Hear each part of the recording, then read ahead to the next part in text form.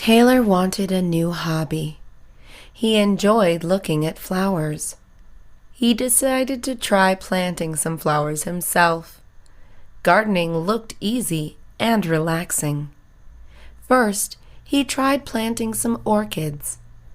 After 1 week, they dried up. Taylor was confused. He had watered them every day. He did not give up. Next, he planted a rose bush. After 1 week, caterpillars had eaten the whole plant. Taylor still tried again. He planted some beautiful petunias. After 1 week, they were killed by weeds. He was not a good gardener. Wow, thought Taylor, this is harder than it looks. He decided to go back to watching TV in his free time.